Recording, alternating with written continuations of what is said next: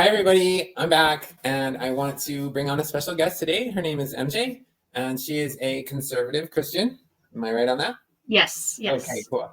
And we're going to have a conversation. We're going to touch on as many topics as we can, including the transgender movement, transgender trending, social media influences, religious preferences, and what drives this trans ideology. So, without further ado, Melissa's going to this is going to be a reverse. So, Melissa's kind of going to quiz me on my own podcast. So, I'm excited about this, and hopefully, you guys enjoy the show. So where did you first learn about like the trans trend that's coming around? I first learned about it back in high school because I went back to high school through 2015 to 2000, I'm going to say 18, because I tested out of senior year. So I didn't really do much high school in that time. I was in Colorado during that time too, but through 2015 to 2017, I was through freshman, sophomore, and junior year of high school in New Mexico. So I first learned about all this fun stuff right whenever I hit high school in freshman year. It was crazy. I learned about pansexuality. I still am confused about that one. I learned about bisexualism, that one is pretty much an easy given. And I also learned about I think lesbianism because I kind of had an understanding about like gays, being gay or being lesbian. Those two were easy. But bisexual and pansexual were like still confusing. And I also had somebody in my high school who I didn't really speak too much of, or two people anyway, who were trans. One I believe was fully trans. He was really nice, like really easygoing kid, I believe. But the other one was just absolutely hateful. I don't want to say any names because that'd just be messed up.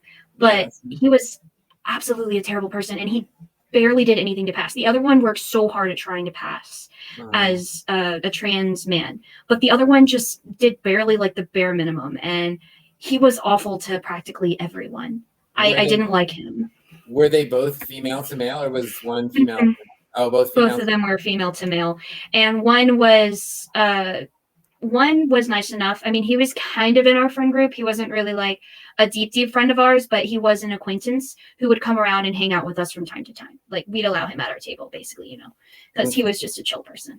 So my unpopular opinion about that is, and it's weird because I don't want to go against my own community, but I do so much on so many other topics. But I tend to notice that a lot of lesbians will say that tend to be on the angrier side of life. And I don't know if that's a feminism thing or just, the upbringing, which we were going to talk about, like, did they have a traumatic childhood? But yeah, that doesn't shock me what you just said, how both of the female to male trans people were little, not necessarily edgy, but just grumpy and not easy people. So growing up around the LGBT community where I was in Denver as well, like, I was never received well by lesbians. Whenever I would go to a bar or nightclub or even to a restaurant where lesbians would be, they were always like very standoffish towards me. I don't know if there was an actual resentment there or just that's how they are. Maybe, and I shouldn't say the word they, like as in,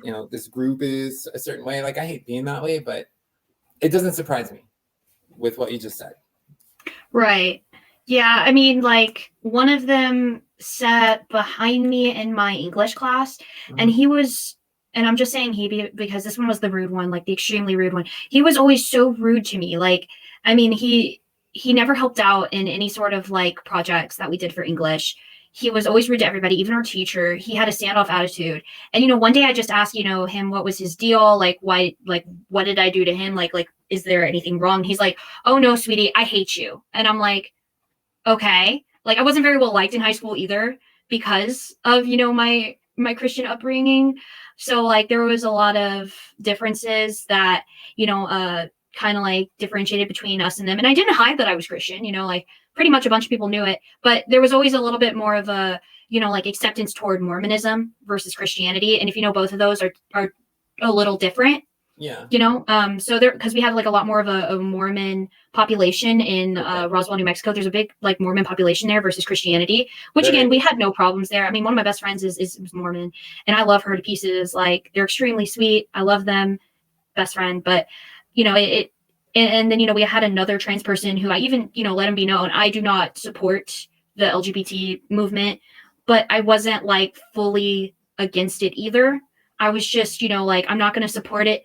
I don't really accept the lifestyle, but it's not my life to live. And he was totally cool with that. Like, we were still okay with each other. Like, we again didn't really like interact as besties or whatever, but we were good acquaintances. He was easygoing. Like, I still respected him as a person. I didn't try to be like, OMG, like, stay away from me. Like, no, that just was never happening. Everybody was always accepted to sit at my table, regardless. Well, yeah, and for that one person to say that they actually hated you, I don't know, that I think that stems from like projection, maybe self-hatred. There's so many things like we can't get into on that person, but as far as what other questions did you have that you can? So one of them was, if I never got to actually like watch that part of the debate where they talked about the LGBT books in school. Do you believe that there is a difference between having, like Christian based children's stories versus like LGBT based stories, like the kid stories and whatnot? Do you believe that there is like a difference in having those, like, like one or the other being in a library? Is there like a difference between that? Like with you, like, I never got to see that full debate, so I was kind of curious about it, but I also didn't know if you remembered some of that because none of us got to see it really. Oh, because you're talking about my debate on Jubilee, right? Yeah, talking about your debate on Jubilee with that. That was the one prompt they put into the Patreon. I did actually speak in that one, which, as everybody knows, I was kind of silent during that whole thing and very upset with myself about it. I've said it a million times. But anyway, yeah, so my opinion on that prompt was from Jubilee. What I said out loud was, and I've said this on Twitter before too, kids are in school to learn about math, reading, science, history, I guess. But life skills, that's what I'm concerned with, because I'm seeing a generation of just, it's not a lie. And this sounds harsh, but this generation is dumber than the last generation. And that's the first time that's ever happened in 100 years. So I agree. I don't like the LGBT in schools is, in my opinion, does not have a place at all. And to touch on your other question, should the Bible? Now, I read the Bible in high school because it was Bible literature. I took that class, so that was a voluntary class I took. I didn't have to choose Bible lit, but I did. It didn't force me into any religious way, whether LDS or Christian. It didn't make me change my mind on how I view life, and it also didn't make me, believe in God or not believe in God. But so you believe there's nothing wrong with, like, say, a religion class being like an elective that kids should be able to take or not? So exactly, voluntary. Okay. Yeah, voluntary. Yeah. But LGBT, I think I guess LGBT lifestyle could be considered. Do you consider that to be close to the Christian? Like, I choose to live my life by this code of ethics, LGBT, versus I choose to live my life by the Bible code of ethics. So both could be a voluntary class, but I just think that because LGBT is supposed to be about your sexuality, except for the T, obviously it's the trans. So, like, who you sleep with shouldn't be in grade school K through 12, I don't think. But they have said, sex ed is important, and I think it is. And if it's going to be bisexual sex or heterosexual sex, that needs to be taught for safety. And, but that's it. That should be it. It shouldn't be, it's okay to be queer. It's okay to be gay, lesbian. Like, what's your pronouns? Like, that drives me crazy. So no, I don't think LGBT books have a place in school. I think schools should be focused on math, reading, writing, and just being a good human and how to interact with society. I think the biggest takeaway from high school that I got was interacting with friends, being social and not antisocial. So I agree. Like, my entire like high school experience, got really crazy because we got right in the middle of the 2016 election. Oh, okay. So, like, a lot of kids in my school chose sides. And of course, I chose to side. I'm not going to say that, like, I was the most political kid in my school, but there was a lot of politics in my school. Like, really? Believe it or not, we had a lot of people who were Democratic because they believed, like, of course, in the LGBT movement was, of course, like, the part of the Democratic Party. And then there were other people who were, of course, Mormon or Christian like me, and also grew up in a conservative household like me, like with my dad and my mom. And we were all on two separate sides. And I kid you not, whenever Trump won the presidential election, I decided not to go to school that day. My mom allowed it.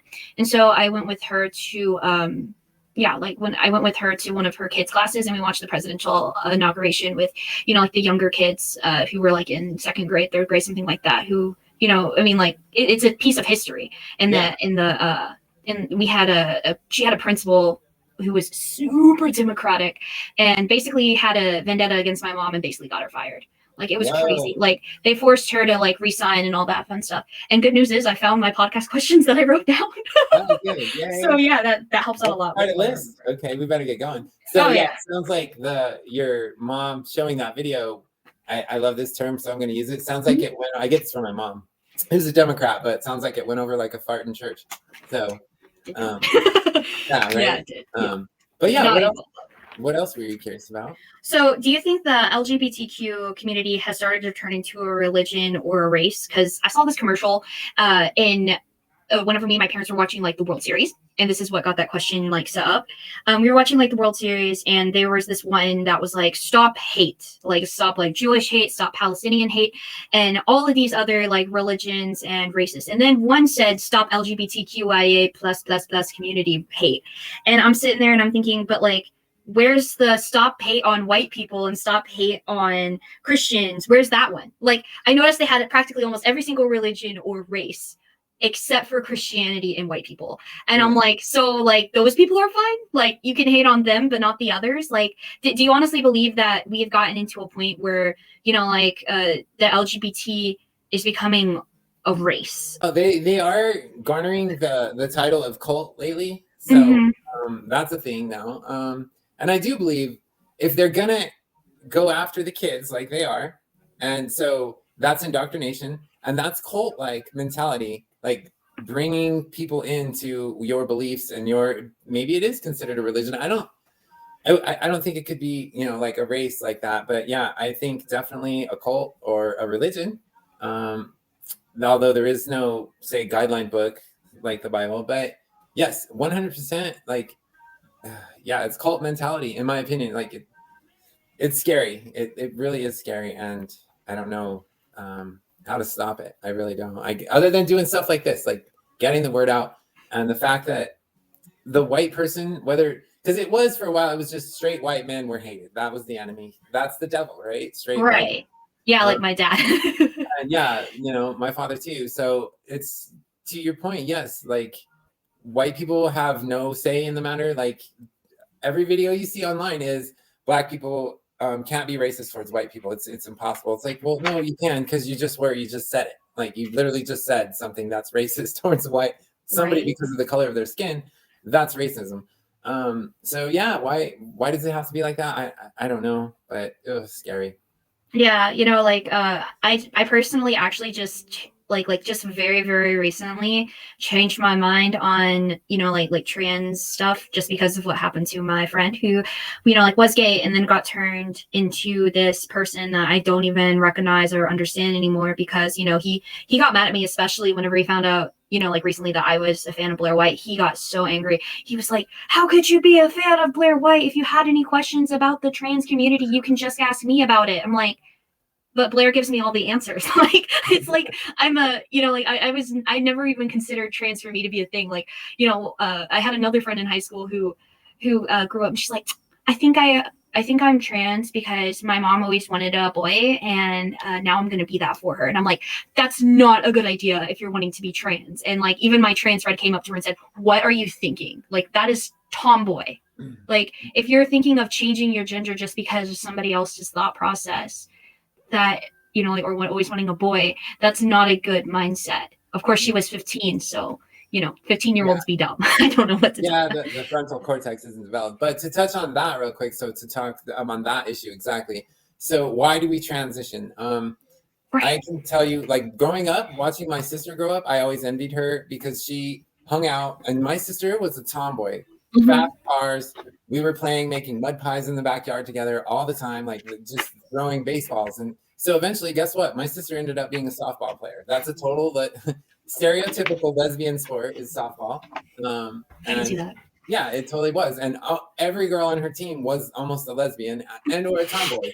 Not one of them ended up being trans. And this was back in 1989 when I was in high school. So that's how old I am. But so yeah, I always say that being transgender has a bit of narcissism to it, and I call a lot of transgender people online, now we say transgender, not transsexual, because they're a gender fluid person.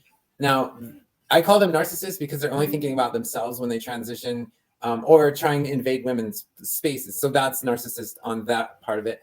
But for you to transition for anybody other than yourself, that's the wrong reason. So yes, being trans means you're narcissistic because you are doing this for you, like you and Yeah. you only. So that's why I'm trying to live my best life, and this is what makes me happy. People make fun of my age, my fake boobs, my surgery, my face, my hair, but I don't care. This is how I live. This is how I want to present myself to the world. As narcissistic as that is, that's still me. And as long as I'm not hurting someone else by living my life the way I want, why shouldn't I?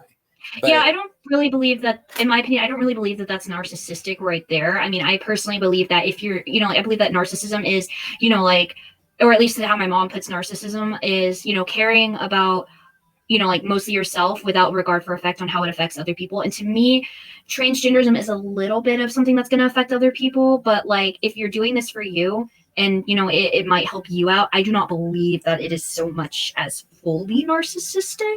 But that's just my thought on it. Like, or at least that's what I've noticed, like it can be, but I don't believe that it fully is. I mean, everybody does things that, can help with your mental health. I mean, like, I can go on a vacation and say, hey, this is just for me. This is what I want to do.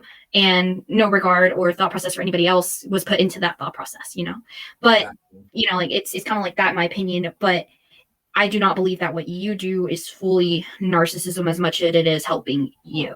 Like, if it helps you feel better, by all means, go do it. So long as you're not spending my money or anybody else's money, I do not see a problem with it. Like, if you find an insurance that accepts it, by all means, do what you need to do to make yourself feel better.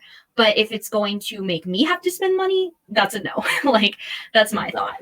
So yeah, and to touch on that, I get a lot of hate too, because in Nevada where I live, they tried to pass a bill, CR 134, I think it was, that would require state funding, government funding to pay for transitioning for people who had Medicaid, Medicare, different sorts of insurance that the state was going to fund to support transitioning. And I wrote letters to my Congress representatives and said, please do not pass this bill. Right. It's not for taxpayers to pay for other people's transitions. And then I get called a gatekeeper because I'm keeping others from transitioning because I had to pay for it all out of my pocket. I got a little bit of help from my health insurance, but that was employer health insurance. It wasn't health insurance. And the law right now in California, that's why a lot of people go there, is once you're a resident of California, if you fill out the paperwork, they will pay for your entire transition. Every surgery you can imagine is covered by the government. So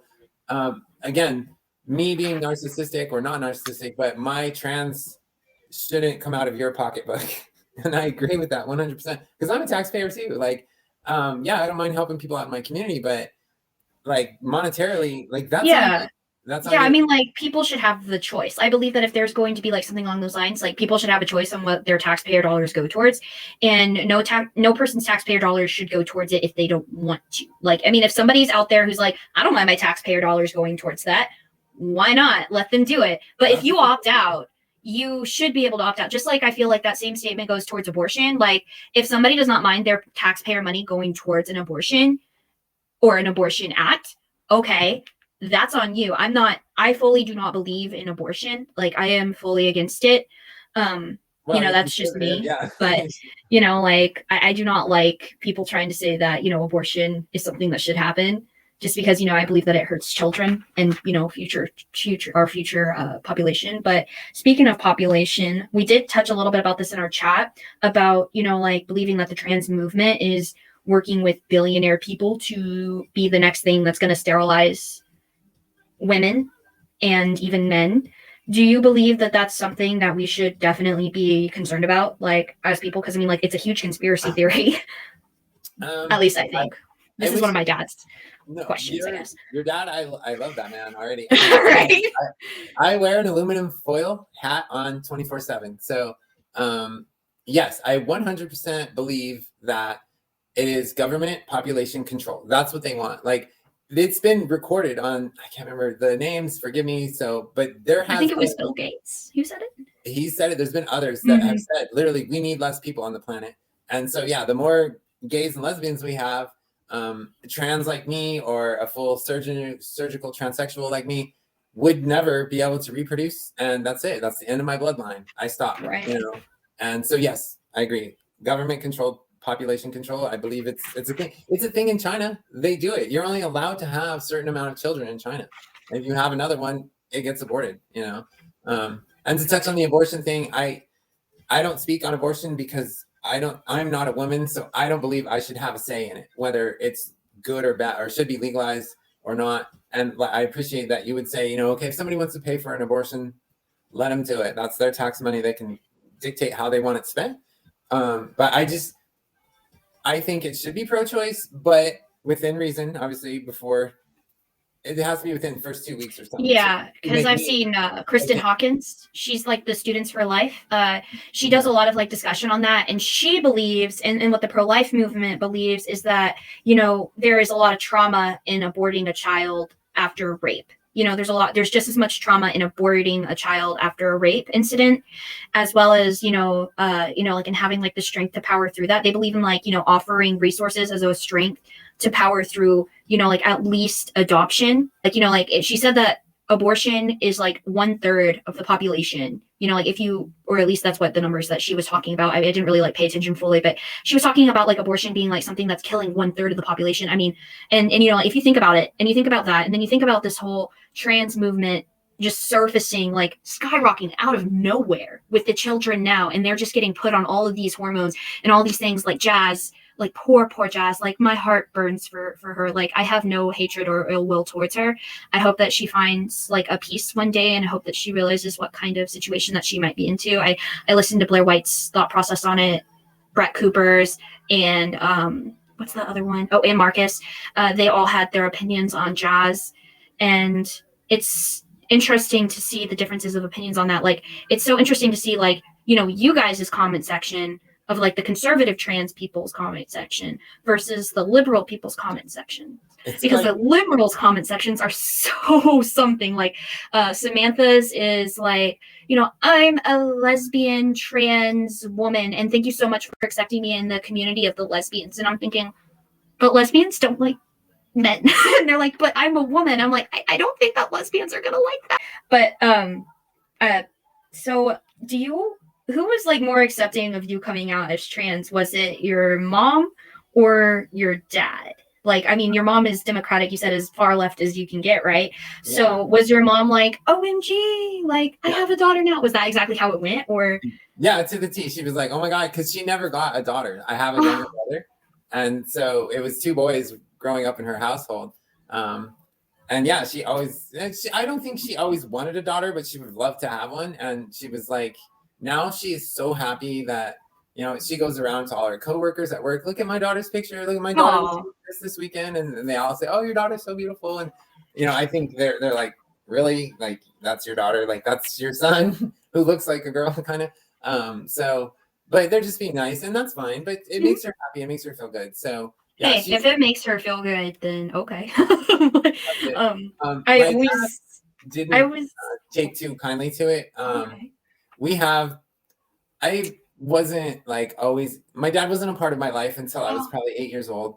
So, and this can lead into that other question that you had. This could be a good segue into childhood trauma with parents. Right. So I didn't have that connection with my father like I had with my mom. Mm-hmm. Maybe that pushed me to the feminine side of life. Maybe I don't know. I can tell you the things I did learn from my dad was how not to be. That's.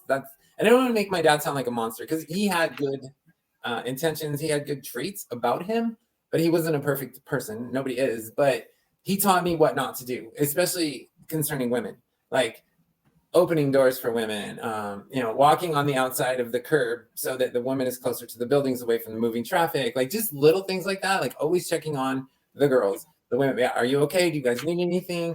Can we help you?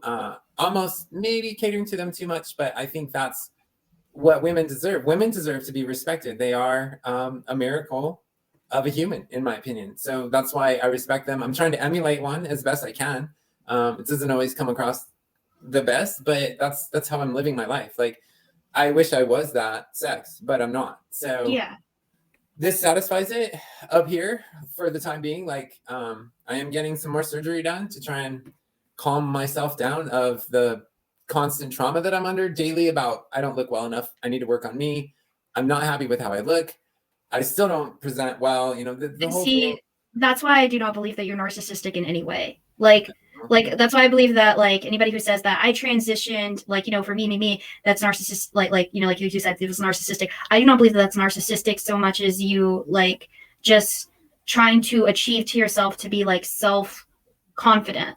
Like I see it as more of a self-confidence for yourself in trying to be that way more than a narcissistic type of mindset. Cause like to me, I've grown up in a way that like, you know, anybody who compliments me, they'll be like, "Oh, you're so great, you're so sweet," and I'll be all like, "I know," and then they'd be all like, "So you're not going to say thank you?" And I'm like, "Absolutely not." And they're like, "Why?" And I said, "Because I already knew this about myself. Like I Right. am right. It's so self like confident because in order to be yourself, or you know, like to be more, in my opinion, in order to keep yourself like happy or not really happy, but you know, like you got to first love yourself and know what yourself is about. And you know, my therapist always said to me, you know, like you have such a self-confidence, but yet you have such a raging anxiety. Like, how do you deal with it? And I'm like, I have no idea. You know, you just got to love yourself and like feel yourself in order to achieve that self-confidence. Like if you see Blair, you know, she's always like, I look so great. I'm so cool. And I love her for that. Like she's always just like, I love myself. And, you know, yes, I have a mental disorder, but that does not mean I don't love myself and cannot, you know, like come to grips with that about myself. You know, like people will be all like, with Blair, like, oh, it's a he. And she's just like, I know I'm a man, but I still look like how I want to look. And that to me is Yeah. something that people should be working on with themselves. Like we all know that Blair's a guy and we all know that you're a man, but you still try to achieve that self-love with yourself to make yourself feel good. And to me that, you know, like so long as it's not hurting anybody else physically, I don't see a problem with that if that helps you keep, you know, yourself at least happy, because you got to love yourself. It's not narcissistic to love yourself, I think. What would be, as a person who grew up with a narcissistic person, my mom is not narcissistic and my dad's not narcissistic, but my sister is. Do you believe, I guess, like it's easier to have a conversation with a Christian about being trans versus, you know, like people who, you know, might not be as accepting, or like what is like the hardest room that you think would be the hardest to walk into? A room full of Christians or a room full of the people that you walked into like at Jubilee? A room full of lesbians is my biggest fear. That's my biggest fear in the world. The lesbians leave me for some reason. I don't know what it is. I don't know. I guess what I'd have to do to simulate that would be put away the fact that, you know, my question to, okay, so would said room with liberals or conservatives, do they know my background and are they for or against me? I guess is how. Let's say they're kind of like neutral on the subject, and let's say that it's like a room full of Christians who just do not understand. Like what would you tell a Christian mom or dad, like say, who find out that their son or daughter came home and said that mom, dad, I'm trans, and are really scared for their child? Like how would you describe being trans to a Christian mom or dad who has a fear of what could happen to their child? What Okay, would you say to I've that? actually done like what we call, I guess they would call it an intervention. I've actually done that. Okay. I was at a pool party and just a random lady came up to me. She was like, I have a daughter that wants to get a double mastectomy and I would really love for her to talk to you. And she was 14. And I was like, Oh, oh my God, you know, the child transitioning thing, that's part of my fight, like to stop that. But mhm, my number one fight is the sports, the trans women in sports. That's my number one fight. absolutely. But I'm always going to stand against child transitioning. So I Do went you to these house. believe like that there's nothing wrong with, you know, trying to convince a child that, you know, like they can do like fashion? Like what would you consider to be transphobic? Like what would you consider like a transphobic response would be to that? Like, I mean, like, would you consider like this was actually my main question. Like, what would you consider to be transphobic behavior from a Christian individual? Do you think it's wrong or messed up for a Christian to fear their child being around somebody who is trans? Or like, say, if a Christian who doesn't like choose to not believe in the idea of transsexualism, do you think it is wrong for a Christian to choose for their child to not be around somebody who is, like, say, a teacher or family member because they are afraid their child might be influenced into it? Would you consider it to be rude or a messed up act? Like, I guess that's like my question. Like, do you consider, like, if, say, like a Christian who has a kid who they know is probably like easily influenced, of course, would you consider it to be like transphobic or rude if, like, you know, a child tries to come out and say like, oh, I'm non-binary now, and then them just like flip out because they don't know what to do? Would you consider that to be like transphobic or no? Okay, so it's kind of a two-part question. So the first Yeah. part is, do I think it's okay for a conservative family to keep their kids away from a liberal school? And yes, 100%. I know a few women on Twitter who are conservative moms, and they have done exactly that. Like, once they found out their school was liberal and pushing the trans agenda, pulled the kids out immediately, moved them to a different school. And I think that is 100% acceptable. That is not transphobic. That is keeping your kids aligned with, well, one, your beliefs. And that's what having kids are supposed to be for. Like, to bring pass up down, right. more of your, I hate to say it, but more of your tribe, more of your people that you want in this mindset. And there's nothing wrong with that. It's called being a parent. So, and the second part of your question is, so that it's too late, right? The conservative parents, their kid already got exposed. And now their kid's like, hey, I think I'm trans, or at least non-binary, something. And I think conversion therapy is wrong, where they would actually try and say, you are not, you are not, you are not, you know, to make the child sweat. I don't believe that's okay, but I do believe that you've got to teach your kids to respect your family values, in my opinion. This is my opinion. But I think if your kid comes to you and says, I want to transition, I think the parent has the right to say, well, I do think that the kid should be allowed to socially transition. But you're saying, what if the parents absolutely do not accept that? They would have a real debacle on their hands. Like, do I tell my kid, you have to, while you're in my house and while I'm your parent, your legal guardian, you have to stay on this path. And then once you're 18, you can transition, you can be non-binary, you can be whatever you want. But while you're under my roof, you need to respect my family values. And I think that is lost on the society today. The Gen Z, they absolutely will not listen to and or respect their parents. Like, it's obvious. Look at all the crime and crap. Oh yeah, kids are doing, like, it's beating up other kids and, you know, forcing their way into the girls' bathroom. I say girls now because they're in high school. That's not respectful at all. So obviously they didn't learn respect from their parents. So oh yeah, if like you had a kid who came out as non-binary to you, and you know, your entire mind was not expecting this conversation to be happening, and you know, like, sometimes parents just, you know, think the worst at first. Of course, you know, like, you're gonna have those parents who are gonna be like, mom, dad, I'm, you know, and even at 18 or 19 is like, mom, dad, I'm trans. And the kid will be like, and the parent will be like, what the hell? Like, I don't like to say that word, but like, you know, like, what the hell? Like, what's going on here? Like, when did this start happening? Like, you know, like, they just start, you know, like, thinking of all the worst possible case scenarios. And then, you know, like, the kid will then, or like, you know, like the adult or kid or whatever will go on social media and say, my parents transphobic because they don't understand. And I'm like, well, you just unloaded a big piece of information at them. How are they supposed to respond? You know, I mean, it's a scary thought process for a mom or a dad to, you know, like, have this child that they raised their whole life, and then they come to find out that their child is, you know, being trans. It's like a loss for some of those parents, because, you know, I mean, it could be a loss. I mean, not every mom is going to be like yours, who's like, oh, look at my daughter. You know, some of them are going to be thinking, oh my goodness, I just lost my son or daughter. You know, and it's only scary. a loss. It's only a loss if they classify it as such. Like, they can still support their child and not lose them. They can make that, the parent can make that decision if the child is around 18 or 19. But I want to touch on the other point, is that if my child comes to me at, say, 14 and says, I'm non-binary, I'm trans, my first response, being I'm kind of an asshole, is I'm going to say, but are you though? Are you really? You know, like, what, why? You know, I want to know why. And I have no problem explaining to people why I'm transsexual, but I want to hear my kids say it. You know, why is this a fact now? And then getting to the bottom of it with whether you need. I am not a firm believer in psychiatric help. Like, I know it helps a lot of people. I've heard it go both ways. I've heard trans kids and detransitioners say, you know, my therapist helped me out of it. My therapist put me in more in line with it. And maybe that's that therapist's decision, that they decided that this kid is probably trans. Like if they use 2 years of evaluation, which is the standard requirement for a letter to start medical transition, this is used to be. Now you can just pencil whip any letter you want of authenticity and get surgery. Or some doctors don't even require surgery. I'm 49 years old. I still have to get a note from my psychiatrist to get a surgery, like my facial surgery. I still have to provide. My doctor is so by the books.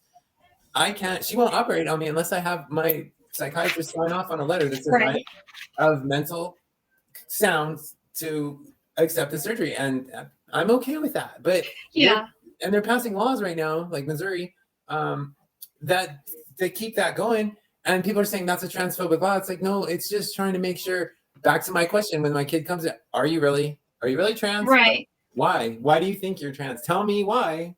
Yeah, like I always thought that was my response. Like, you know, I always told myself that if I had kids and say my son or daughter came out and said to me, Mom, I think that I'm trans, I always thought that my response would be exactly what you just said. Like, are you though? Like why? What brought this on? I'm not saying that you're right, and I'm not saying that you're wrong either, but why? You know, like in the thing, and like I feel like that's like where most parents are coming from these days. But you know, so many kids now are just thinking about their next TikTok post.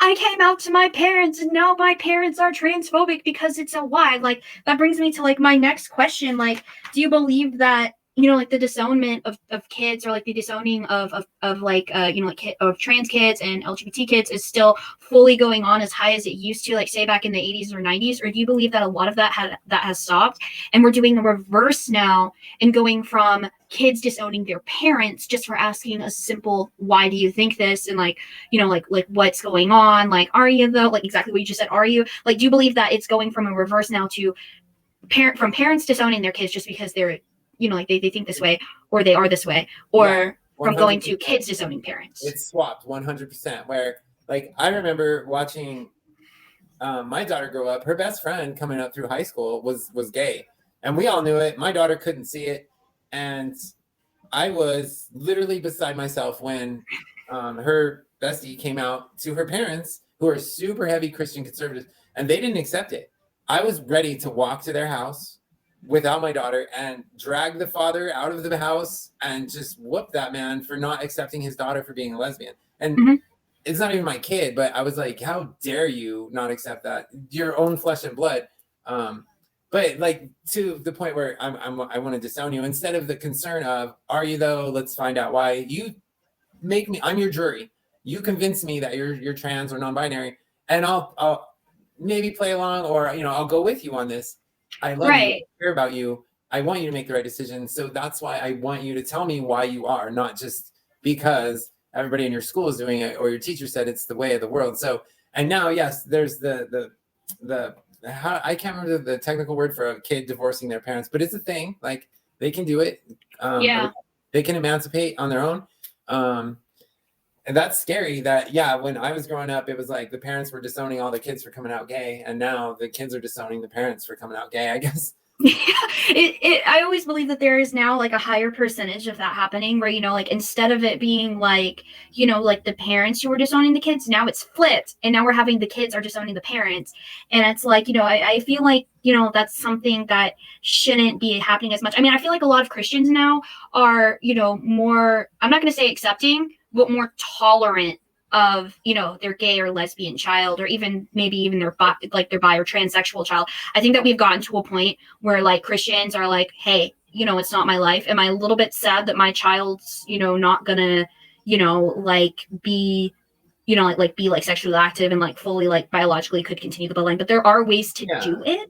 But I'm just saying, you know, like it kind of like reflects on that, you know, because like my dad growing up, like I'm not for, or I'm not like against gays and lesbians or even trans people adopting if they can prove that they're going to be a good fit. Like if Blair White wanted to adopt a child, yeah, like no problems with that. Like I've said before, I believe that Blair would be a great mom to a child. I think that she would raise the child as best as she could. Even you, I think that you could be a great parent. Like you said, you had a daughter. So I believe that you are a good parent and you try your best to be as best as you can to that child. And you know, my dad used to be very against gays adopting until actually he watched Modern Family.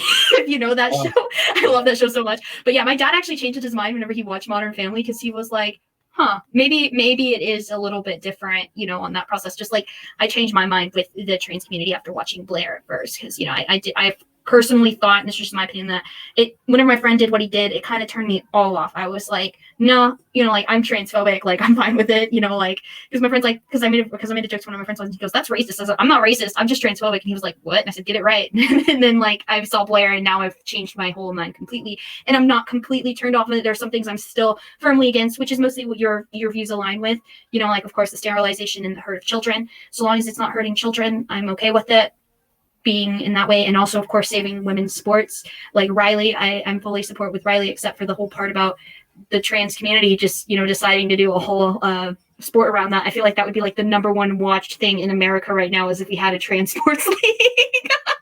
I really do think that a lot of people would turn on their TVs and watch a muscular, like testosterone filled woman go up against a hormone estrogen filled up man who looks like a woman. And like I feel like we could make bank off of it. Yeah, we've been having that discussion lately in my Twitter circles. So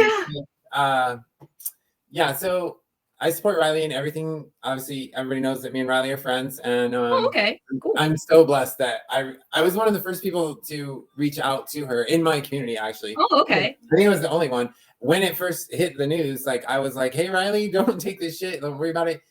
March on. You stay strong. Don't listen to anything these people say. But she had already been told that. It wasn't like I was bringing this to her. She already had her mindset. But so as far as the trans league thing, I've done several shorts and Instagram videos about, what if we had the WNBA get taken over by trans athletes? Nobody's going to watch it. It's going to go bankrupt. Then we're going to start the RWNBA, which is the real Women's Basketball Association. But you're right. So equal the playing field and make it more interesting. So we could have trans women who are up here physically and trans men who are not here, but their testosterone and lower, so they should be even, right? Yeah, so we should be able to put trans men and trans women in sports together and let them hash it out. Yeah, let them hash it out. Like I feel like that would be the most watched sport ever. Like Blair even said it. Like I feel like that would be like the number one thing watched in America right now today is a trans sports league going up against each other and just trying to beat each other and dominate each other in sports. It'd be so funny. Like I would watch that just for like the amusement part. My dad even would watch that. He was like, oh heck yeah, I watched the living daylights out of that. Like, it would just be so funny to watch. I mean, not even funny, but just interesting, because I'd like to see where that would go. It would be funny because a lot of the trans men who are invading the cycling industry are considered mediocre males at best. So they're kind of already hated by society, especially the women. I love the Babylon Bee that they did. Like, have you watched the Babylon Bee? Some of their jokes are so funny. They did one on that, except they did it to where like the guy's like, I am a bicyclist, but my bicycle is transgender, and he's riding a motorcycle. Yeah, he identifies as a bicyclist. I've seen that one. That is funny. And so, that I think, women on testosterone could be equal to men on estrogen. But here's the thing. It could not be combat sports. It can't be physical contact, because in the end, this guy on testosterone or on estrogen, me, I'm still going to be stronger. Not all the time, but any woman on steroids, like, and I say steroids, it's kind of harsh, testosterone, and that should be all they're allowed to take. But if they are juicing on top of the testosterone, then it's a little dangerous for even me to be competing against that woman. But regardless, I know this sounds misogynistic to say, and it's only in support of women, but like still me going up against in a physical combat sports situation against a trans man. So a biological woman versus a biological male, that's still wrong. Yeah, I agree. In a combat sport. Now, if it's a non-contact, maybe basketball, baseball, cycling, non-contact, I think that is going to be a level playing field. But where bone density comes in and just core strength comes into play, that's where I'm going to be better than that trans man. I shouldn't even use the word better, right? I should say that's where I'm going to have a physical advantage over the trans man, because they still have female bones inside them, female ligaments, I went through male puberty. They did it. They started taking testosterone later, and it's actually hurting their body more than it's helping them. But they can't. Yeah. I can't get that through the head of any F to M, female to male. I wish I've already tried to reach out to several of them on Instagram, and not that I'm the end all be all of transgenderism. I'm not a gatekeeper. I try not to be, but I'm trying to tell these women, like, you start taking these drugs, it's gonna destroy your body, and you don't realize that how bad it is to take elevated. Even if I start taking elevated levels of testosterone, things happen to me that I wouldn't want. Everything is an identity now, and it sucks. I know. It makes it harder for you guys too. Like, I mean, honestly, it's like, you know, I loved watching the Jubilee debate with you guys because, like, watching Alexander, he had me so unsettled. Like, if you scroll through, you might even see my comment on there. Like, I was like, forget everybody else on that panel, but if I had to if there was a room with you, you know, Blossom, Alexander, and, you know, like the others, I choose to sit over where Blair's at because I'd feel more safe hiding behind her. Yeah, exactly. Like, I'm over here like, there's one thing I can give you a world premiere, I guess, on a little backstory on that. With somebody that you brought up, Sasha actually said at the end we had our closing arguments. I've said this many times. Blair said everything I wanted to say before I could say it, so I was happy. I was content with everything that got said. I was like, Blair said it all. Like, we don't need to say anything else. It's just an echo chamber after that. So why? I'm not going to waste the camera's time. Like, get on to the next person that might have a different idea. But me and Blair aligned 100%. So I didn't say much other than I wish we could have come to a middle ground. But so Blair did her final, and then she walked away, and Sasha was next to me on this side, and Sasha goes, Blair was fighting with them the whole time. She was just trying to do her monologue, and they wouldn't even let her finish that. I saw that on Blair's channel. She talked about that. Yeah. Like, what was interesting about Blair is that, you know, like I've said in like one of my pieces that we talked about was, I picture Blair as like this. I picture Blair as like the type that would walk into a fine dining establishment with a whole bunch of the like people like Blossom, Alexander, and stuff, and she'd be the one that would be sitting there with like, you know, like the most outrageous meal, like a fine dining establishment, and she's got like a hamburger and like some fries. Like, would you like fries with that? And she'd be all like, yeah, like eating all with her hands, like you guys want seconds, and then, you know, like the others would be like, you know, like very prim, very proper. And Blair I don't mean to kiss Blair's ass too much, but she's amazing. But I'm also not a food snob, so people always ask me. I live in Vegas. Do you know how much crap I get because I eat at Taco Bell every weekend? You know, like, everyone's like, girl, you live in Vegas? You eat at Taco Bell? What's wrong with you? Like, I have Hell's Kitchen, Guy Fieri's restaurant. I have so many nice restaurants I could eat at. But I like pizza, burgers and fries, and Taco Bell. Like, that's it. Like, so yeah. Me and Blair align on that too. But here, anyway, to finish the story, so Blair does her monologue. She walks away, and they originally said walk away. And then they said, okay, wait, Blair, do it again. But this time we're all going to sit, give our monologue, our final, and then we're all going to get up as a group and walk out. And then when Blair did her first monologue and walked out, they were arguing back and forth. And she walks past me, and then Sasha, I don't even know what Sasha was. Like, is Sasha a trans man or just non? I don't know. But anyway. I don't know. Sasha kind of unsettled me too. Watching him, he was looking down a lot. Sasha was like the one that was always looking down and never meeting anybody's eyes. That was Shane. Shane talked like this. Oh yeah. The big guy, Shane. But Sasha was like that. But anyway, let me get to my point. Is that Sasha goes, "Wow, the air just got a lot cleaner around here because Blair left," and I was like, and I go, "Hey, watch it." And that didn't make the cut. Like, no, they didn't. Sasha said it under his breath, like so faintly. Only I heard it because I was sitting like right shoulder to shoulder with him. And I was like, that's fucked up. I've wanted to tell Blair that, but I didn't want to cause any more drama. Like, the main objective there was Shane, Alexandra, and Blossom are the two that I don't even want to say we need to take down, but we need to keep people from watching their stupid influences. Like, they are the worst example of what being trans is. Or even, non-binary isn't a thing to me. Like, it's not a thing. So, but if you had a representative of non-binary, would you want it to be Alexander? Right. Like that's like with Dylan Mulvaney, you know, like Dylan Mulvaney, you know, like I feel like, and this is just my opinion, with Dylan Mulvaney, watching him, it is insane how many people actually believe that this guy is worth it. Like, I'm sitting there, why would you want him as your leader? I mean, like, where's he gonna lead you? Like if you saw like the but like, do you think that anybody would have had a problem if it was Blair versus Dylan Mulvaney? Like, if you know anything about like the southern area, you know, like Bud Light is a big part of country music. It's part of country. It's a part of Southern living. You know, so we have most of the rednecks who drink it. And I'm sitting there and I'm thinking, if it was Blair White on that sort of deal, do you think it would have been as big of a deal versus Dylan Mulvaney? I would put the Blair White army against the DM followers any day of the week. We would move them away. Yeah. So I feel like if it was Blair who was, you know, promoting Bud Light after the rednecks saw her channel and saw what she does, I feel like they would have been like, okay, you know what? She has a gun collection. Let's keep her. And with Dylan Mulvaney, it's like, ew. The easiest way to say that is she's an American. Yeah, she's an American. She's like the most outspoken American trans that's on you guys' piece of area there. I'm just as outspoken as her. I just don't have media following. Like, I don't have platforms. But she chose that path as a full-time career, and great for her. I wished I could monetize and go full-time and just spread my word of how I think things should be. But unfortunately, I have bills, so I'm doing this as moonlighting. Yeah, but I'm doing the best I can to protect the women's sports. That's what's important to me.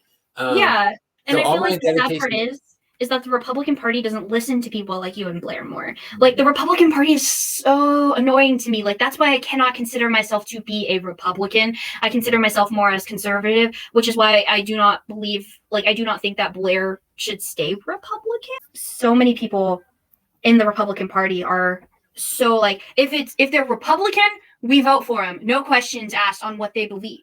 But why the Liberal Party is dominating the area is because they put you guys, like, they put the minorities like this high pedestal, you know, like they pay attention to them. That's why the Black community feels most comfortable in that vicinity with the Democratic Party. That's why the Hispanics feel more comfortable in that party. That's why a majority of people who are trans or lesbian or gays feel more comfortable in that party, because they get that high praise, versus Republicans who do not listen.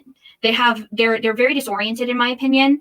You know, they're so quick to throw people down who are not exactly like them, and that's why I believe they fail. Like, you know, with Biden and Hillary Clinton and things like that, you know, like, Biden could walk up on live TV tomorrow, shoot somebody in the face, and you know, the Democratic Party would still be like, he's the man, you know, like, back him up, vote for him in 2024. He's our dude. That was all taken out of context. He didn't really shoot a man.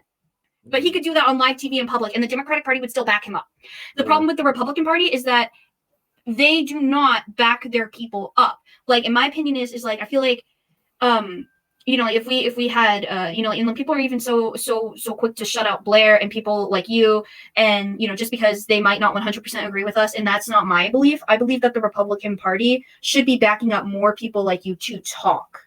Like, we should give you guys more of a platform to talk, because I feel like that would get people more on our side.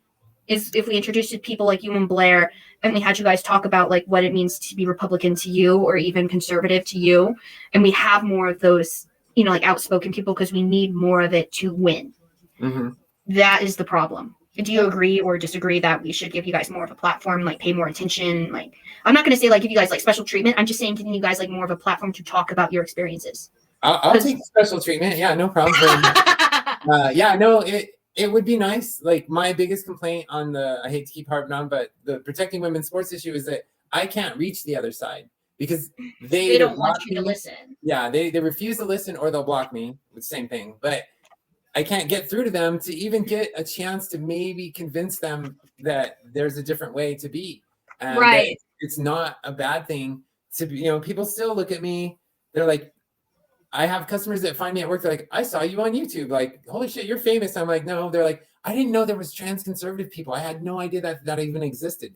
And I was like, yeah, there's a few of us out here, but we're thin. We're spread thin around the country, but we're there. So I don't know I'm not trying to convert anybody, but I will say this. There's a new Jubilee podcast, former conservatives versus former liberals. I saw that. Didn't watch it, but I saw that. Do a reaction to it, but I have to watch it first. So yeah, like, I don't want to convert anybody to be a Republican or a conservative. I want them to hear me out and at least know that there's another way of life that doesn't involve like ruling with an iron fist and, you know, population control and mind games and, you know, like with the pandemic, and just there's other ways to think about, and it doesn't have to be that one-sided that the Democratic Party makes you believe it is. Like, we're just evil over here. And so, but yeah, how do I reach those people? It's hard. With, you know, if I had Blair's platform with 1.2 million followers, yeah, I would reach those people eventually. So yeah, but yeah, so I think that's pretty much sums it up for my beliefs too. Is what you just said. Like, you know, like I said, because like, you know, most of the Republicans would not have a discussion like you and me. Mm-hmm. They would be like, you know, like to you and Blair, they would be all like, okay, we cannot listen to them. Why? Well, they're trans. They must be on the other side of the spectrum. And I'm like, whoa, wait a minute. Like, hold up. We haven't heard them out yet, because like, you know, the liberals are not going to listen to a conservative, you know, or a Republican, because they loop us all into like the same like party, like conservative Republicans. Whenever you hear people talk about conservatives, you think that they're automatically Republican. My dad is a constitutional conservative, believes everything by the Constitution. If it's not by the Constitution, can't do it. Like that's what he believes. If it doesn't follow what the Constitution follows, he's out. And that's why he cannot be a Republican. I get like sometimes I like scroll through my Facebook and I'll see like that one guy, I forgot his name, but he was like oh gosh, he would be all like, what is a woman? And then he like Google it and like totally like put down Matt Walsh. And I believe that's also where like Ben Shapiro and Matt Walsh and like quite a few of the others like Candace, like they don't listen.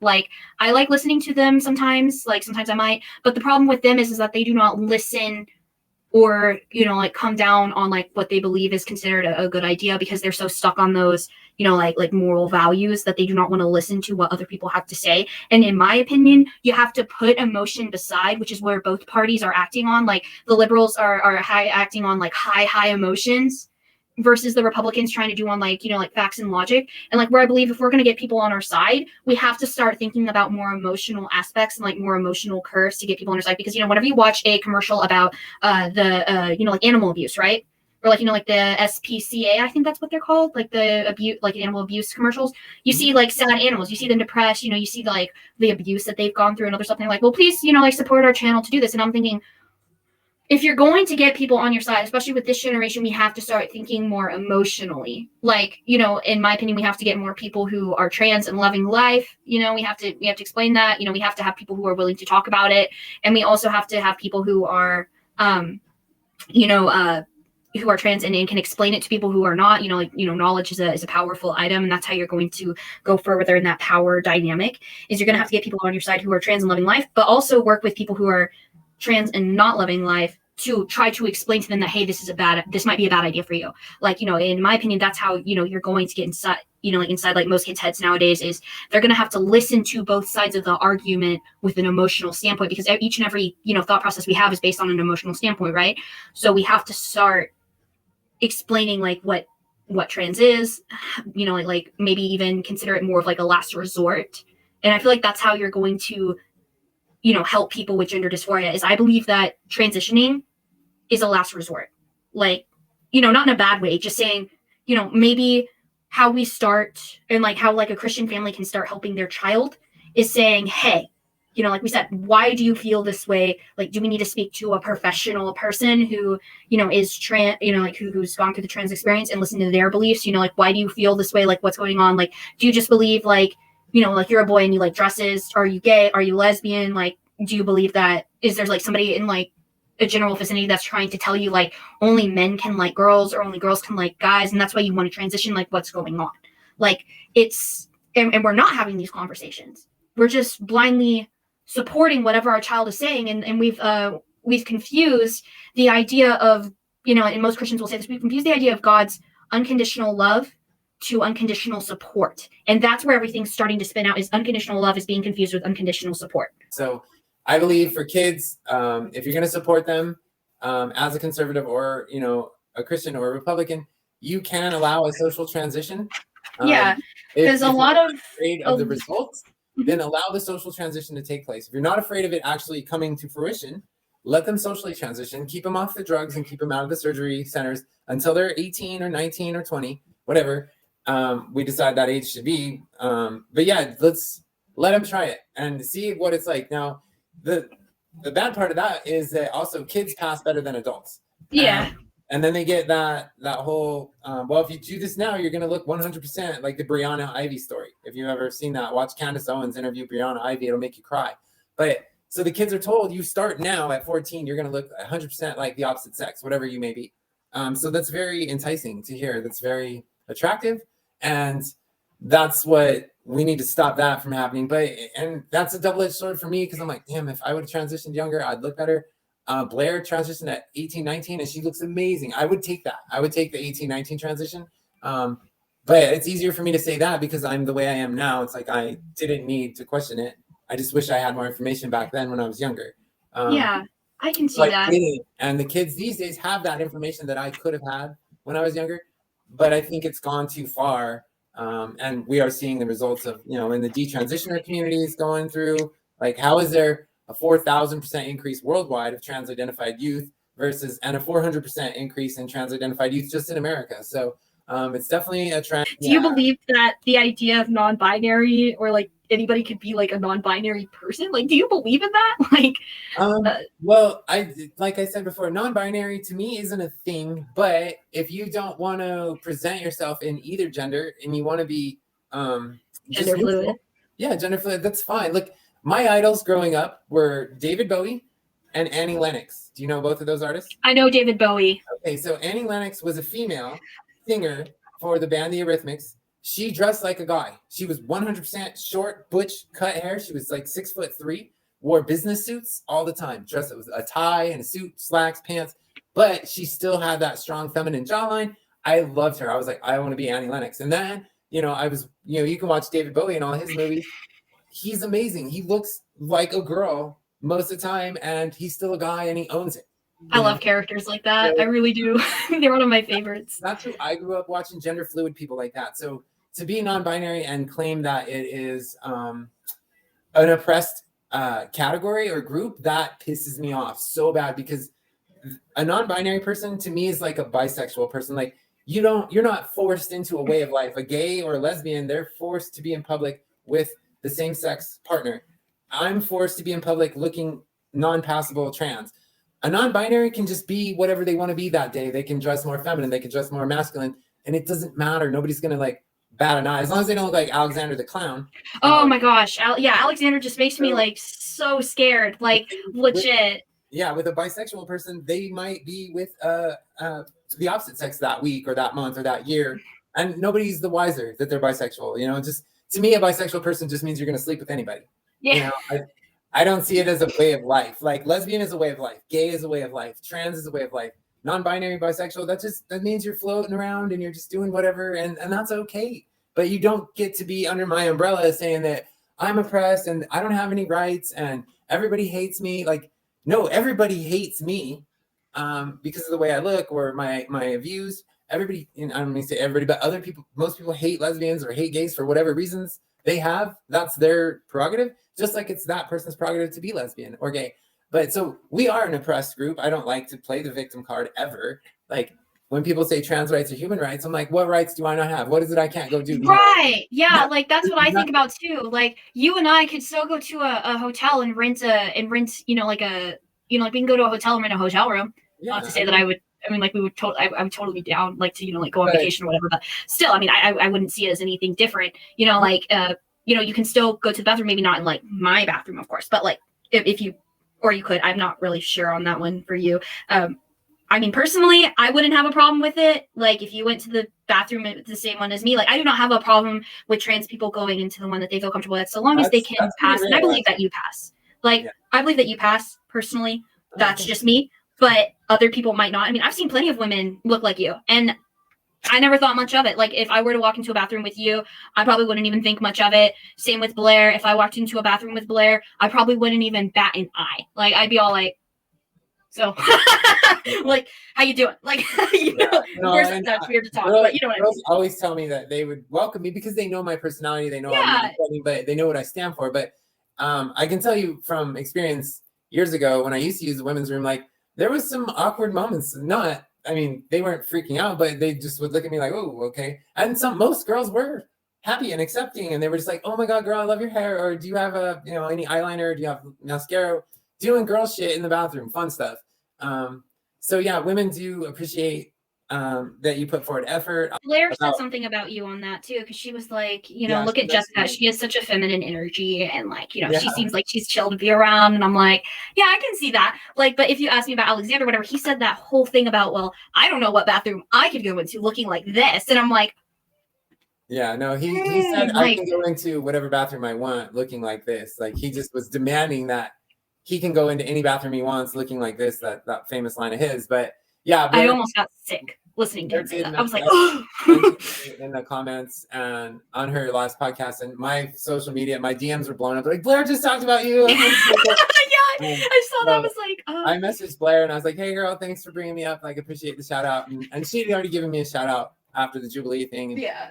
It increased my following a lot.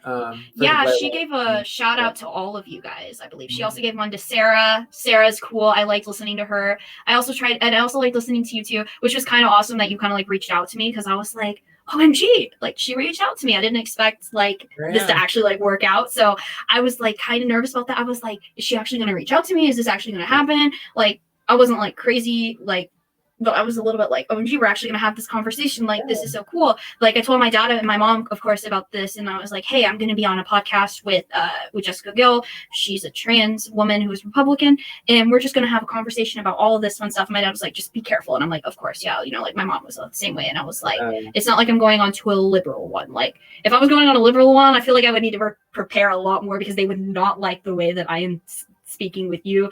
I feel like we would have a lot more of a little bit of an issue there. Look at Blair White. She can't even get on right-wing media, and she's brought that up in her podcast. CNN won't take her. Fox won't have her on. Nobody will have Blair White on because she's too hot topic. Like Alex Jones, she's very hot button topic. Don't touch that. She's radioactive because she's saying. Well, yeah.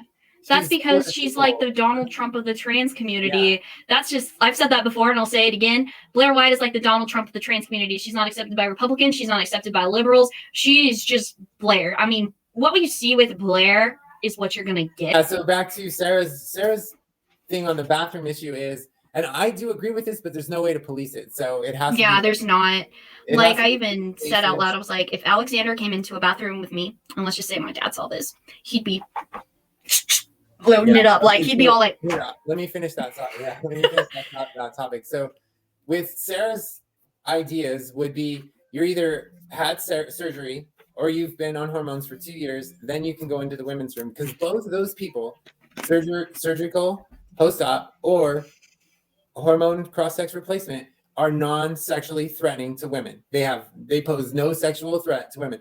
Maybe a physical threat, they're still there, but that's only if they're a violent person that wants to beat somebody up, which typically doesn't happen. Once we lose our testosterone, we are the most docile people that you know. So, but how do we can't have a person at the door like going, okay, where's your 2-year hormone card, or where's your surgery card?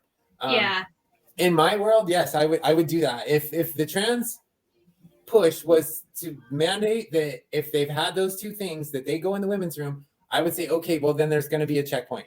You either swipe your badge or you have a chip in your wrist, which is government control. But like I'm all about what Elon has. Elon's about saving people with the brain interface chip. Like I care that much about protecting women in their private spaces. I would say yes, lock out anybody who's not had surgery or been on hormones for 2 years.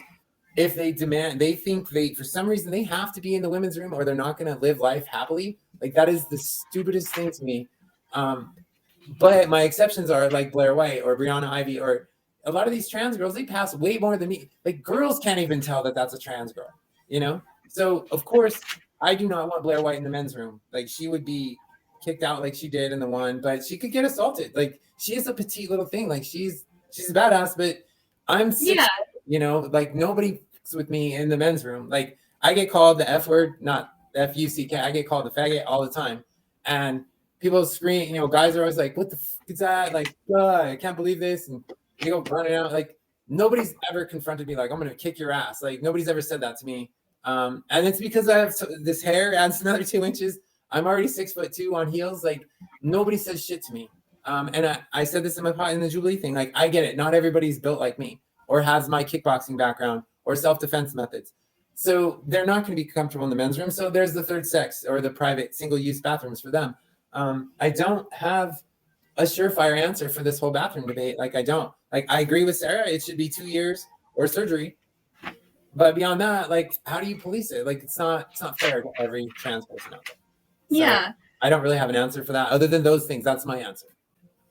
I can see that. Like, for transitioning, in my opinion, I believe that with transsexuals, it should be kept, like I heard somebody say it, like there's like, it should be kept as a last resort, I think. Like whenever you go into therapy and you're experiencing these gender dysphoric things, like, worst comes to worst. I'm not saying like it's like the worst thing in the world. I'm just saying, whenever it comes to a child or even, like a religious child who might think that they might be gay or lesbian or trans, to me, being gay is a choice. People, are they born gay or not? No. I don't know. I don't think it's a Well, it is a mental thing. It's just who you're physically attracted to, whether it's the same sex Right. attraction. If it's the same sex attraction, then yeah, you probably are born gay. So is being gay a choice? Probably not. I would disagree with you on that, just Okay. because in their mind, that's yuck. A gay man would look at a girl and go, ew, Yeah.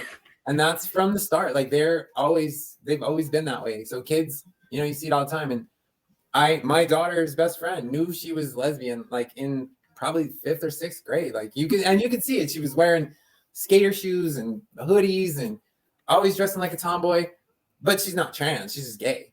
And that was great. But it's just like, yeah. So I think from a young age, I don't think you have a choice on that. You're either same sex attracted or you're not. Yeah. I'm considered heterosexual transsexual, so HSTS, which I always thought stood for homosexual transsexual, which is what I am because I sleep with men, right? So my sexual preference is men, but I'm still a biological man, so I'm a homosexual transsexual, HSTS.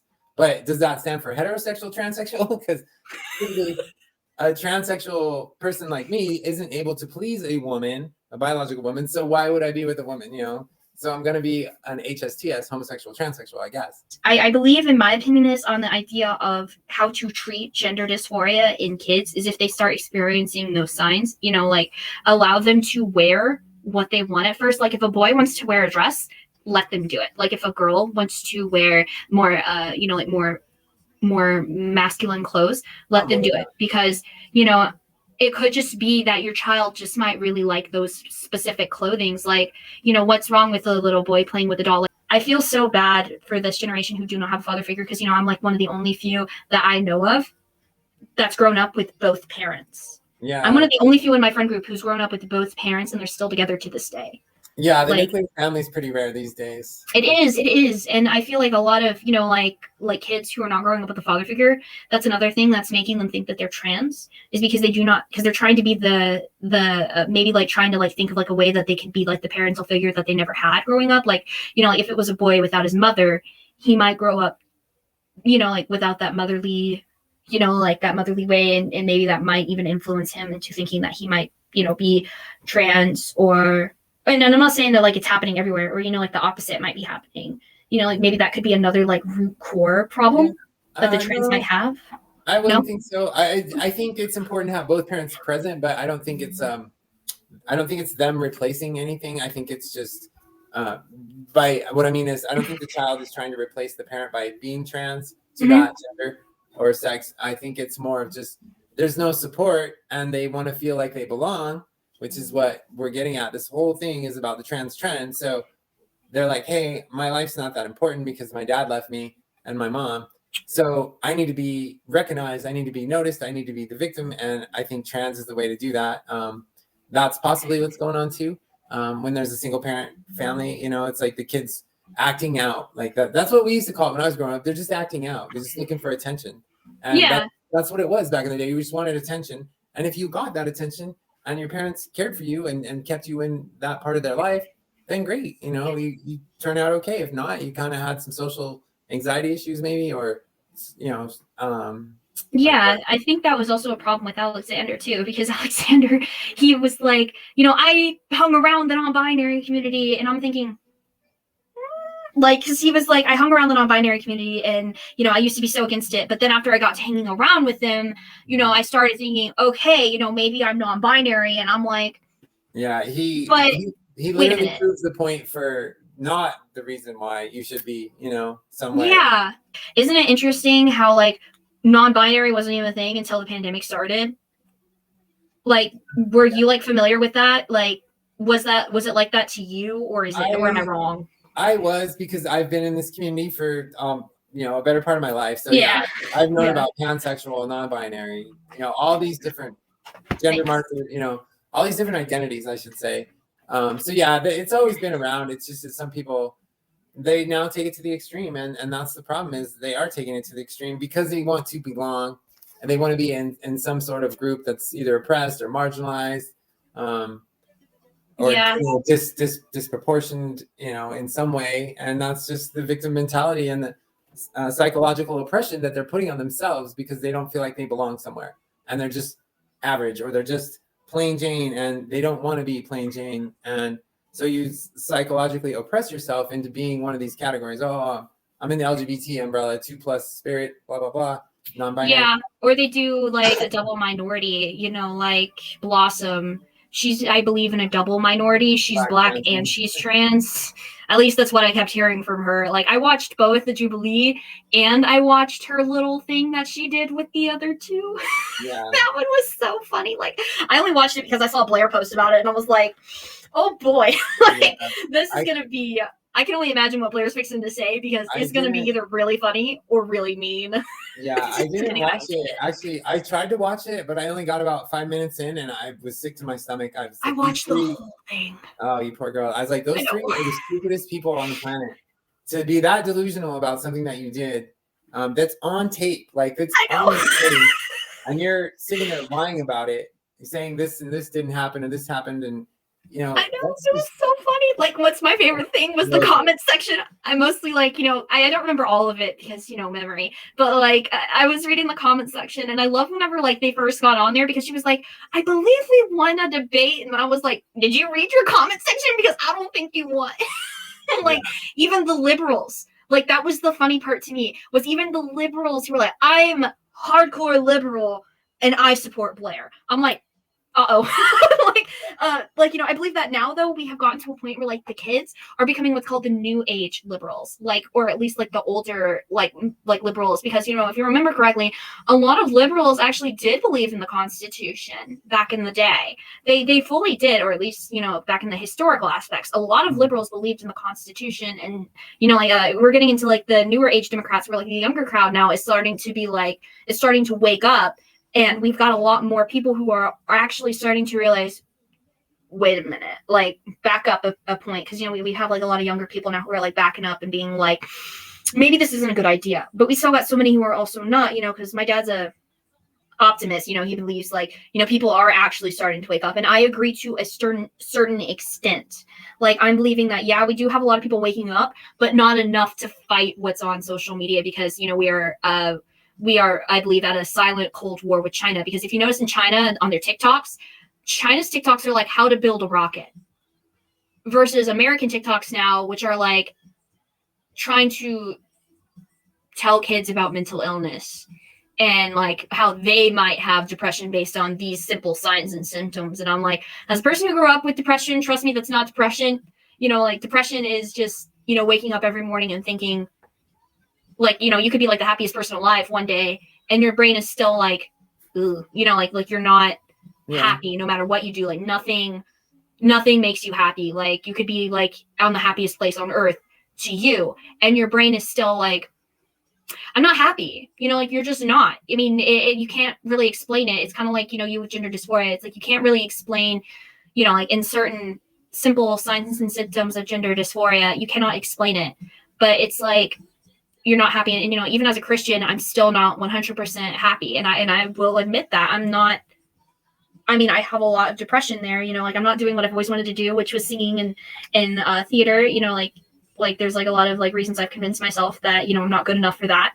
So, you know, like, it, you know, it doesn't make me happy as singing or theater does. So, you know, like, you know, that, you know, nothing really like makes me full on, like, I guess, what's that word? I'm not thinking of the word. Not happy, but satisfied. There you go. That's the word. Satisfied. You got it. Like, it's like a constant fight with myself. You know, like, I have depression and anxiety, both. At least that's what my therapist says, and I agree. Like, whenever my dog died, it just got worse, and it's been like that for about 10 months now. Like, even worse, like, than it usually is, because my dog was somewhat able to help me like fully express those emotions a little bit better, but. You know, it's just like, you're never fully satisfied. And I believe that, you know, like, even as a Christian, you know, you're just not 100% always going to be satisfied with life. And, you know, we've gotten to a point where so many people think that if one thing goes wrong, you know, it's depression, or if one thing's off, or if one thing is just different, it's depression or anxiety and whatnot. And that's just not how anxiety or depression works. You know, it's like, it's not just, you know, like, whenever things go bad that you feel it, which you can, but it's not just whenever things go bad you feel it, but it's like, you could be you could do the happiest things in the world and still have it. You know, like Robin Williams, he suffered from it. He was, you know, he had money, he had fame, and he had all these things, but it still did not make him happy. Yeah. You know, in the end, he still killed himself for that. Yeah. And All the mental disorders are tough to deal with. Like, I don't even know all of them. Like I said, I gave up trying to ID the trans ones. but it's harder to fully like, you know, diagnose it with women compared to boys. You know, there's like a differences. Like they said that kids who are girls have a harder time getting diagnosed with high functioning autism compared to boys who are, you know, like pretty much early signs. But women are just a lot better at hiding those things.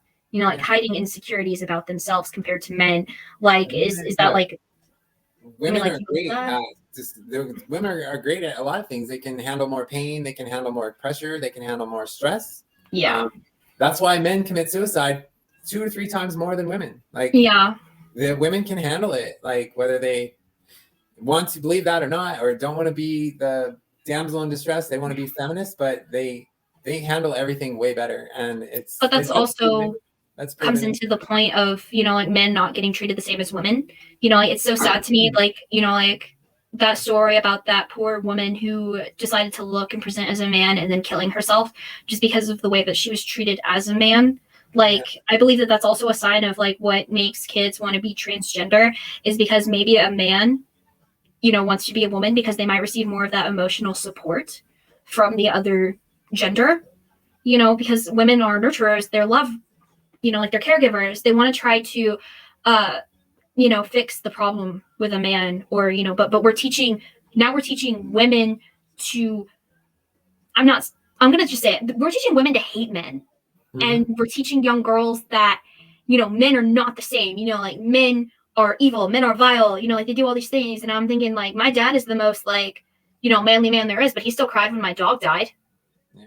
But, you know, we're teaching it to where like I believe that, you know, like a majority of it's easier for men to become, you know, like to transition to women than it might be for a woman to transition to a man, maybe because women are more accepting, I think, you know, of like, you know, like more accepting, more emotionally. That might have been the case years ago because women were more accepting. Yes, that's true. But as far as passability goes, it is way harder for a guy to pass as a woman than it is for a girl to pass as a man. Yeah, that's true. I've seen women take testosterone for 3 months and they already look like straight up dude. Because all women have to do is a little bit of facial hair and a short haircut. And a woman can be a man like that and passable. Whereas I agree. it takes me years of hormones and thousands of dollars of hair removal. And I'm talking $30,000 worth of hair removal and $30,000 and $20,000 surgeries and $80,000 surgeries. Like it's a lot for any man to transition to a woman. But to your point of, yes, I think it was a little more accepted by women. And whereas a guy is going to look at a trans man and go, what the hell did you do that for? You're stupid. We're depressed. We commit suicide at a higher rate than women. Why would you want to be me? You know, and women say the same thing. Why would you want to be us? Like we have periods, we have mood swings, right? You know, that's what I said too. I was like, why would a man want to be a woman? I mean, I get it. We're like, we make it look cool, but like life is, I'm going to say like, you know, sometimes life can be terrible for a woman, but like, I also think like how interesting it would be to be on the other side. Well, that was great. I want to thank you for coming on today. It was good getting your point of view and answering some of your questions. I had a great time talking with you, and it's good to hear another conservative who has the same values as me, who's an actual woman, which is really cool. So I want to say thanks, MJ, and I appreciate your time. And no problem. We'll see you guys later. Okay, bye. Bye.